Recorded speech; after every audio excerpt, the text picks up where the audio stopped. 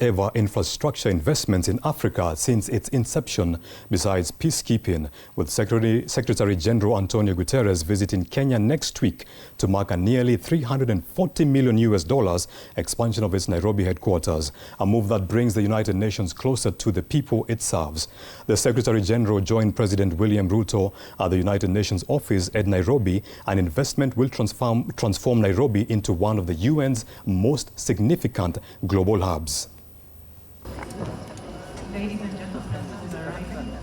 President William Ruto and United Nations Secretary General Antonio Guterres launched the expansion and modernization of the UN headquarters in Nairobi.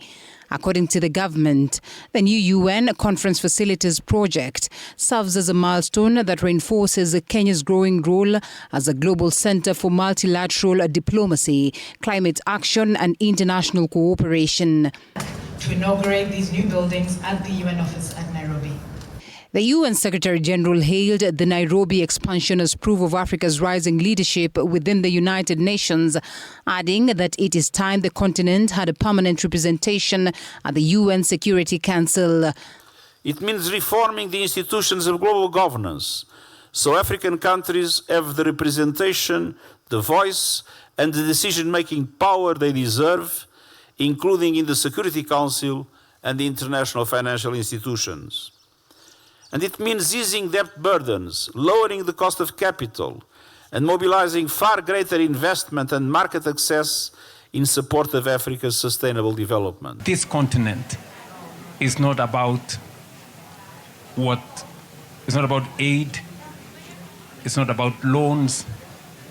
This continent is about ideas, solutions, and investments. The Gigiri project, approved by the United Nations member states in December 2023, would cost nearly 43.8 billion Kenya shillings. The project includes a major upgrade of the conference facilities, which will cost nearly 34.3 billion Kenya shillings, and an upgrade of office blocks to the tune of nearly 9.6 billion shillings. A stronger partnership between the United Nations and the people of Africa.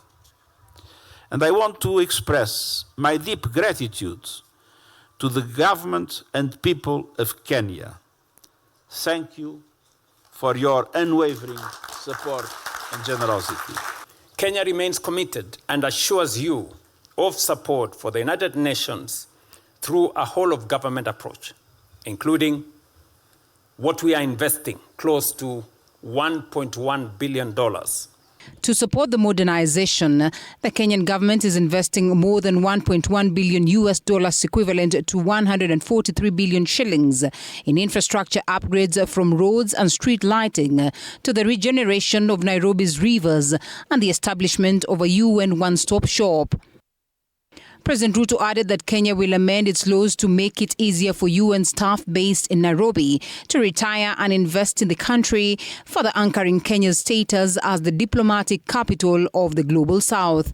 This is particularly important at a time when multilateralism is under considerable strain from geopolitical fragmentation, growing mistrust, fiscal pressures, and widening global inequalities. This visit highlights the UN's growing commitment to strengthening decision-making and operations across Africa and the Global South, with a leader's statement likely to raise lots of debate. For TV 47, I'm Linda Alela. Thank you, Linda.